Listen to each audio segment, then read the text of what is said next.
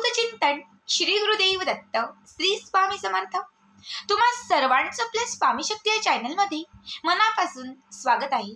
स्वामी तुम्हा सर्वांच्या सर्व चांगल्या इच्छा पूर्ण करोत एवढीच स्वामींच्या चरणी प्रार्थना करते आणि आपल्या आजच्या या नवीन आणि सुंदर व्हिडिओला पुन्हा एकदा नव्याने सुरुवात करते।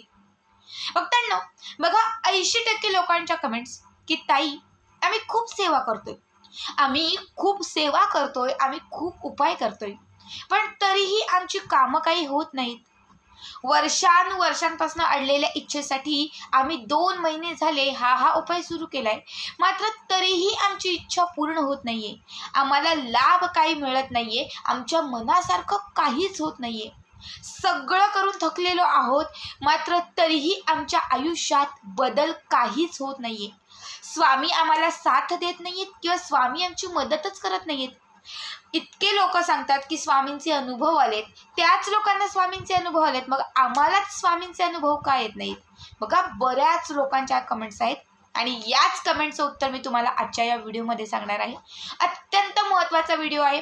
तुम्ही इतकी सेवा, इतके उपाय करूनही तुम्हाला त्याचा लाभ का होत नाही किंवा तुम्हाला त्याचा रिझल्ट का मिळत नाहीये, तुम्हाला अनुभव का येत नाहीये, हे सगळं मी तुम्हाला आजच्या या व्हिडिओमध्ये सांगणार आहे। मात्र त्यासाठी आपला आजचा हा व्हिडिओ शेवटपर्यंत पहा आणि जे कोणी आपल्या चॅनलवरती नवीन असेल त्यांनी लगेचच आपल्या चॅनलला सबस्क्राईब करा, कारण तुम्ही आपल्या चॅनल सबस्क्राईब केल्यामुळे मी पुढचे जे व्हिडिओ बनवेन ते सर्वात आधी तुम्हा सर्वांपर्यंत पोहोचतील। बघा, सगळ्यात आधी तर मी सांगेन तुम्हाला, समोरच्या एखाद्या व्यक्तीने एक उपाय केला किंवा एक सेवा सुरू केली आणि त्या व्यक्तीला त्याचा लाभ आला, त्या व्यक्तीला अनुभव आला, त्याचं काम झालं। आता त्याचं काम झालं, मग माझं पण काम होणारच। मी पण ह्या सेवेला सुरुवात करते आणि बघते मला पण एका महिन्यात फरक येतो का, मी पण बघते मला 15 दिवसात फरक येतो का। त्यांनी केलंय, तो करतोय, म्हणून जर तुम्ही कुठली सेवा करत असाल, म्हणून जर तुम्ही कुठलाही उपाय करत असाल, तर ती सेवा तुम्हाला कधीच रिझल्ट देणार नाही। बघा, प्रत्येकाचे ग्रह जे असतात ना ते वेगवेगळे असतात। बरेच लोक असे असतात की ज्यांना 5 मिनिटात रिझल्ट येतो, बरेच लोक असे असतात की ज्यांना 15 मिनिटात रिझल्ट येतो, एका दिवसात त्यांचं काम होतं, 8 दिवसांच्यात कितीही मोठी इच्छा असेल ती पूर्ण होते। पण आपण महिने आणि महिने सेवा करतो, मात्र तरीही रिझल्ट येत नाही, काम होत नाही। बघा, बऱ्याच वेळा काय होतं, त्याचे जे ग्रह असतात हे ग्रह उच्चांकावरती असतात आणि आपले जे ग्रह असतात ते कमकुवत असतात। बऱ्याच वेळा ग्रहांचा जो इश्यू आहे तो आपल्या इच्छांवरती किंवा आपल्या सेवे आणि उपायावरती, म्हणजे ह्या गोष्टी डिपेंड करतात। जर त्याचे ग्रह स्ट्रॉंग असतील तर त्याचं काम एका झटक्यात होतं आणि आपले ग्रह जर कमकुवत असतील तर आपलं जे काम आहे ते व्हायला थोडासा वेळ लागतो। आता ग्रह जे आहेत हे ग्रह स्ट्रॉंग कसे करायचे याबद्दलचे बरेचसे व्हिडिओ, याबद्दलची बरीचशी माहिती मी तुम्हाला मागच्या काही व्हिडिओमध्ये सांगितलेली आहे। ही पहिली एक गोष्ट झाली। त्यानंतर बऱ्याच वेळा काय होतं, नवीनच स्वामी सेवेत येतो, कुठलीही सेवा असेल त्या सेवेला सुरुवात करतो। सेवेत आल्याबरोबर आपलं पहिलंच वाक्य काय असतं, देवा प्लीज माझी ही इच्छा पूर्ण करा, मी तुमची ही सेवा करेल। देवा प्लीज माझं हे काम करा, मी तुमच्यासाठी हे करेल, मी हा नैवेद्य बनवेल, मी तुमच्यासाठी गोडधोड करेल, किंवा तुम्ही माझी ही सेवा पूर्ण केली, तुम्ही ही इच्छा पूर्ण केली की त्या दिवशी, शेवटच्या दिवशी मी तुमच्यासाठी हे घेऊन येईन, मी केळी घेऊन येईन। बघा, देव तुमच्या आमिषांचा लोभी आहे का? जो संपूर्ण विश्वाचा निर्माता आहे, जो संपूर्ण विश्व चालवतो, तो तुमच्या या गोष्टींना, तुमच्या या आमिषांना कधी भाळणार आहे का? याचा जो विचार आहे तो तुम्ही स्वतः पहिल्यांदा करा। ही पहिली गोष्ट। जेव्हा आपण नवस करतो, जेव्हा आपण त्याच्याशी बोलतो, त्याच गोष्टी आपल्या चुकतात आणि जेव्हा त्याच गोष्टी चुकतात तेव्हा आपल्याला फळ काही मिळत नाही। बघा, कुठल्याही प्रकारची सेवा करत असताना, कुठल्याही प्रकारचा उपाय करत असताना विश्वास महत्त्वाचा आहे, देवाशी बोलणं महत्त्वाचं आहे। समजा मी आता आहे आणि माझ्यासमोर एखादा व्यक्ती आलेला आहे, तो मला डायरेक्ट त्याला गृहीत पकडून तो माझ्याशी बोलायला, तुला हे करावंच लागेल, तू असंच कर, तू तसंच कर, तुझ्याकडनं मला हे पाहिजेच। मीही विचार करेन ना की हा मला गृहीत धरतोय, याची बोलायची भाषा काय, मीही 1 मिनिट विचार करेल। जेव्हा तो मला असं गृहीत पकडून मला असं माझ्याकडं काही मागेल, मी नाही देणार, ऑब्व्हियसली नाही देणार। पण तोच जर एखादा दुसरा व्यक्ती आला आणि तो मला एखाद्या नम्रतेने म्हटला की मी हे तुमच्यासाठी करणार आहे, मला हे तुमच्यासाठी करायचं आहे, माझी हे करण्याची इच्छा आहे, माझी फक्त एकच इच्छा आहे, माझं अडलेलं हे काम आहे ते तुम्ही पूर्ण कराल का? मी एका सेकंदात कसला विचारही न करता म्हणेन, हो, मी तुमची एवढीच इच्छा आहे ना, मी सहज पूर्ण करेन। त्याची जी भाषा, त्याचं जे बोलणं आहे तेही खूप महत्त्वाचं असतं. तुम्ही ज्या पद्धतीने आपल्या देवाबरोबर बोलताय ते बोलणं जर तुमचं योग्य असेल तर तुमची इच्छा, तुमचं अडलेलं काम त्वरित पूर्ण होईल. मात्र तुमची लँग्वेज जर अशी असेल की देवा प्लीज माझं हे काम करा, मी 21 पोळ्या घेऊन येईन, प्लीज माझं हे काम करा, मी असं असं करेल, माझी ही इच्छा पूर्ण झाली की मी तुमची मूर्ती माझ्या घरात आणेल, माझं हे काम झालं की त्यानंतर मी अक्कलकोटला येईल. तुम्ही अगोदर असं बोला की हे श्री स्वामी समर्थ महाराजा, माझी ही इच्छा आहे जी अनेक वर्षांपासून अडलेली आहे. या इच्छेमध्ये किंवा ही इच्छा पूर्ण होण्यासाठी किंवा हे काम पूर्ण होण्यासाठी अनेक अडथळे येत आहेत. माझ्या आयुष्यात आलेले हे अडथळे जे आहेत ते निर्विघ्नपणे तुम्ही पार पाडा. माझी ही इच्छा आहे, ती इच्छा तुम्ही पूर्ण करा. मी आयुष्यभर तुमची सेवा करेल, मी आयुष्यभर तुमच्या सेवेत राहील. बघा, अशा पद्धतीने तुम्ही नम्रतेने महाराजांशी बोललात, एक विश्वास ठेवून बोललात, निष्ठेने बोललात, तर तुमचं न होणारं कामही होईल. बऱ्याच वेळा बघा विश्वास आणि निष्ठा महत्त्वाचं आहे.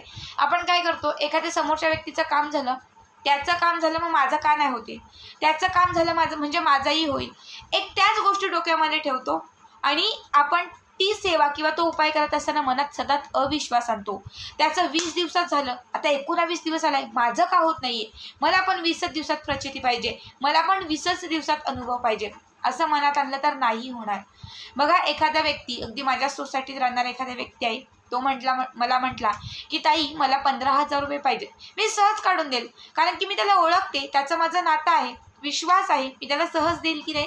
पण एखादा अनोळखी व्यक्ती आला आणि मला म्हटला मला 5,000 द्या, 1,000 द्या, मी विचार करेल, मी तर याला ओळखत नाही, मी तर याला कधी बघितलेलंही नाही आहे, ह्याचं माझं काही नातं नाही आहे, विश्वासाची तो गोष्ट लांबच राहिली, मी त्याला ते पैसे नाही देणार.